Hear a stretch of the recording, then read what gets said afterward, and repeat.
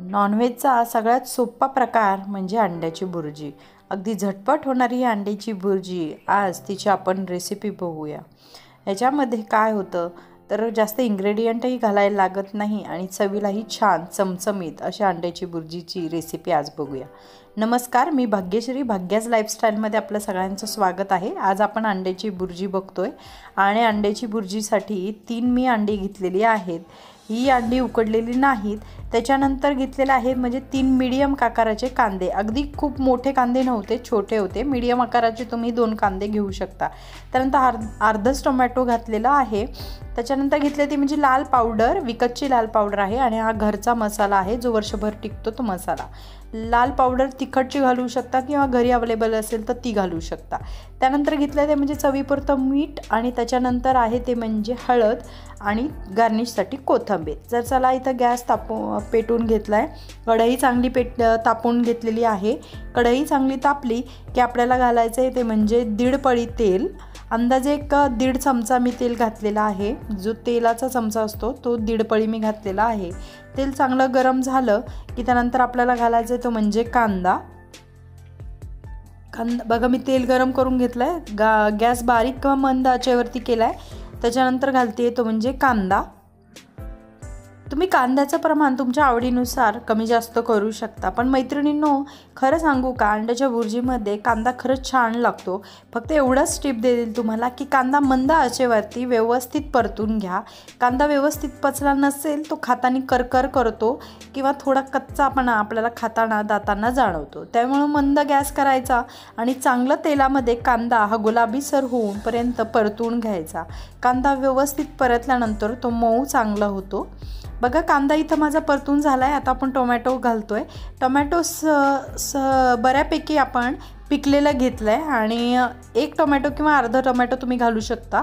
मला थोडंसं आंबट अंड्याची भुर्जी नाही आवडत खरं तर, म्हणून मी अर्धाच टोमॅटो इथं घालते। व्यवस्थित टोमॅटो आणि कांदा परतल्यानंतर आपल्याला घालायचे ते मसाले। बघा इथं विकतची लाल पावडर घातलेली आहे 1.5 चमचा।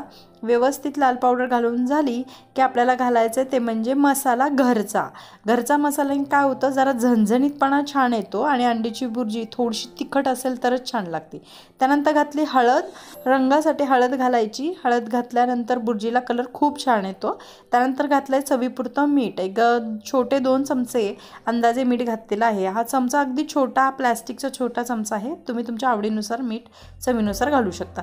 त्यानंतर कोथिंबीर घातली। ह्या मिश्रणामध्येच कोथिंबीर चांगली पचवून घ्यायची आणि गार्निशसाठी काही कोथिंबीर बाजूला ठेवायची। बघा व्यवस्थित मसाले कांदा टोमॅटोमध्ये परतून झाल्यानंतर कलर किती सुंदर आला आहे। विकतची लाल पावडरमुळे लाल झणझणीत कलर आलेला आहे। आणि चला आता आपल्याला मेन इन्ग्रेडियंट टाकायचे ते म्हणजे अंडे। तुम्ही ज्यांना पटकनी कढईमध्ये फोडता येत नसतील तर तुम्ही आधी ह्याच्यामध्ये फोडून घेऊ शकता वाटीमध्ये आणि नंतर ओतू शकता, पण मी डायरेक्टली कढईमध्येच ते फोडून घेते। 3 अंडे फोडून घेतलेत, ते व्यवस्थित बारीक गॅसवरती पचवून घ्यायचे। त्याचा पूर्ण कच्चापणा अंड्याचा घालवायचा आहे। कंटिन्यू मध्ये अगदी 10-10 सेकंदाला 15-15 सेकंदाला हलवत जायचं आहे, जेणेकरून अंड्याची भुर्जी खाली लागत नाही। व्यवस्थित पचल्यानंतर काय बघा कलर किती छान येतो।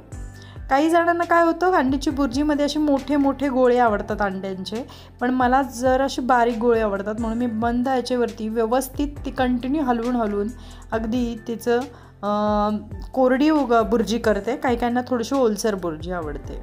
तुम्ही तुमच्या आवडीनुसार कमी जास्त प्रमाण त्याचं करू शकता।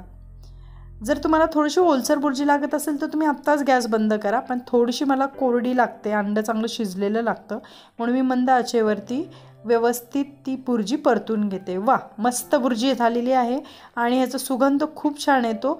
कोथिंबीर गार्निशसाठी टाकलेली आहे।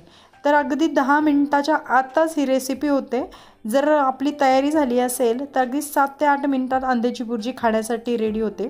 तुम्ही पावसोबत, चपातीसोबत, भाकरीसोबत अंड्याची भुर्जीचा आनंद घेऊ शकता। खूप छान ही अंड्याची भुर्जी होते, अगदी स्वस्तात मस्त।